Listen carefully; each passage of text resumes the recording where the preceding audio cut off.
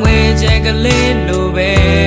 တောက်ပါလုံးနဲ့ဒီမျက်လုံးတွေနဲ့ဖန်ဆောင်ညိုရတဲ့မေလိုမရနိုင်မရဲ့ပြိုတွေတဲ့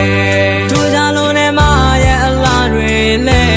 ဟိုချိန်ဘွားကတောင်းစုဖြစ်မယ်ရှုခဲ့ရသူရဲ့နဲ့လေမရဲ့ကြောင့်တွေချိန်နိုင်မယ်ကြောင့်ဝင်တွေကလာနဲ့သမီးတွေလဲမရဲ့လာကိုလုံးဝမမြင်နိုင်နဲ့ရန်လာခဲ့သူမရဲ့